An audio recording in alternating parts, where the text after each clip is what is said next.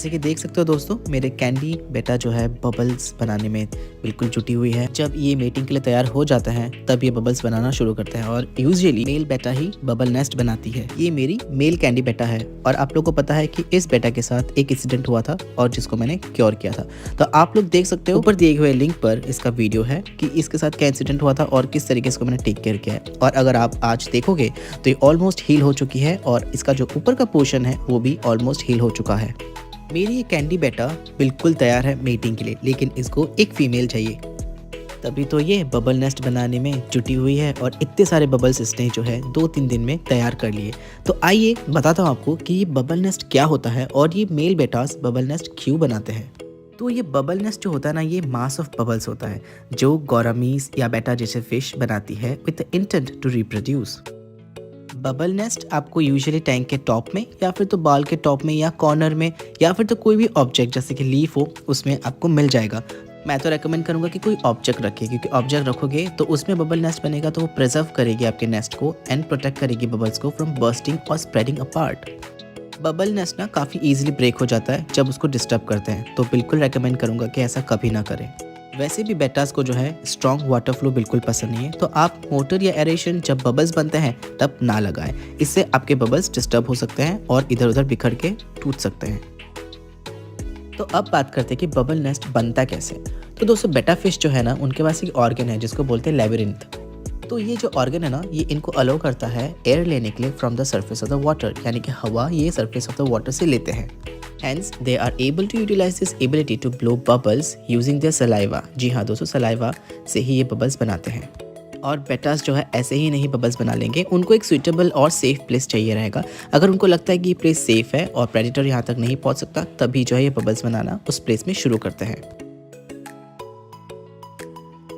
अब मैं दिखाऊंगा कि मेरे बेटा ने किस तरीके से बबल्स क्रिएट किए। तो दोस्तों देखिए, एकदम एक पतली लाइन देख रहे हो जहाँ पे 2 से 3 बबल्स है। स्लोली ग्रेजुअली जो है बढ़ता जाता है और इस तरीके से बढ़ने के बाद एक कुछ ऐसे जोन में आता है जहाँ पे आपको थाउजेंड्स ऑफ बबल्स देखने को मिलेंगे। तो काफ़ी सारे बबल्स यहाँ पे देखने को मिल रहा है, मोर देन 1000, 2000, बहुत ज़्यादा इसने बबल्स क्रिएट किया है जैसे कि आप देख पा रहे हो। और देखिए कितनी अच्छी क्वालिटी का है और बबल जो है बड़े भी दिख रहे हैं। वैसे बबल क्रिएशन ना आपके बेटा के ऊपर भी डिपेंड करता है। अगर आपका बेटा हेल्थी है और बहुत अच्छी क्वालिटी का है तो बबल्स भी उसी क्वालिटी में आएगा। अच्छी क्वालिटी की बबल्स यानी कि अच्छा प्रोडक्शन।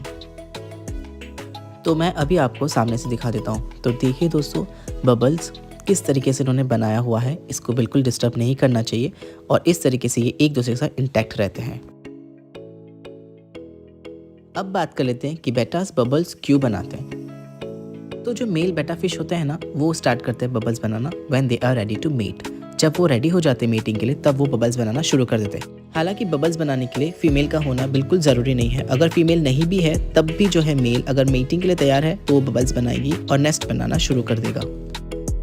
और इस दौरान अगर आप एक अच्छे फीमेल बेटा फिश लेकर आते हो और इंट्रोड्यूस करते हो तो वो फीमेल बेटा फिश जो है एग्स ले करेगी और मेल जो है उनके एग्स को प्रोटेक्ट करेगी during the breeding process. And you know interestingly क्या होता है, जो मेल बेटा है ना वो स्क्वीज करता है फीमेल बेटा को ताकि उसके जो एग्स निकल जाए। तो वो जैसे ही रिलीज करते हैं अपना एग्स तो मेल का काम शुरू हो जाता है। वो सारे एग्स को एक एक करके अपने माउथ में लेता है और सारे एग्स को एक एक करके सेफली सिक्योरली अपने नेस्ट में इन बबल्स के अंदर डालता है। एग्स को हैच करने के लिए कोई और अलग प्रक्रिया नहीं है, वो अपने आप ही जो है अपने से ही बबल से निकलना शुरू हो जाते हैं और हैच हो जाती है। जैसे ही हैच होना शुरू होता है तब ये गार्ड करना शुरू करता है, यानी कि मेल। और उस वक्त आपको फीमेल को अलग कर देना है, फीमेल को नहीं रखना है।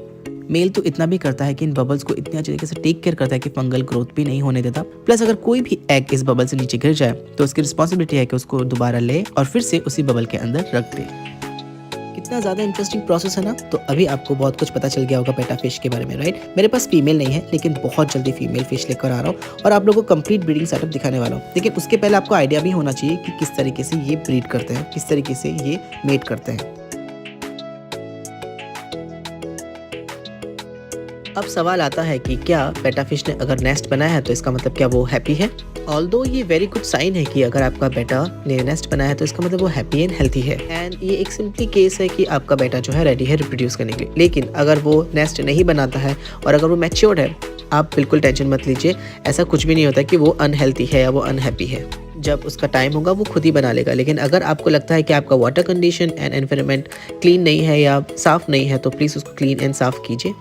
लेकिन ऐसे भी केसेस होते हैं जहाँ पे फ़िश जो है ऑलमोस्ट कभी भी जो है नेस्ट नहीं बनाती। इन उस सिचुएशंस में क्या होता है, ब्रीडर्स जो होते हैं ना वो एक्चुअली ट्रांसफ़र करते हैं अनदर फ़िश के bubble nest over to the one they want to breed.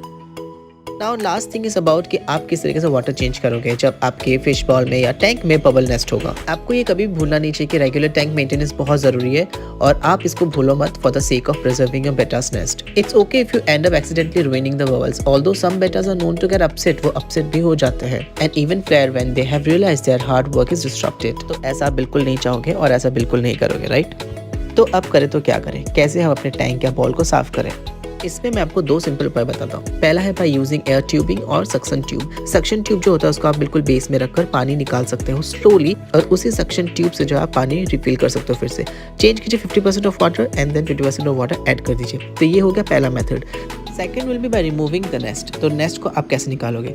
सबसे पहले तो कोई भी प्लास्टिक कप या प्लास्टिक स्कूप से जो है नेस्ट को आप केयरफुली निकाल लीजिए। देन आप आपके टैंक को क्लीन कर लीजिए एंड देन पानी रिफिल कर दीजिए। उसके बाद आप स्लोली जो है आपके बबल्स को रिलीज कर दीजिए, बहुत ही स्लोली, नहीं तो वो ब्रेक हो सकते हैं।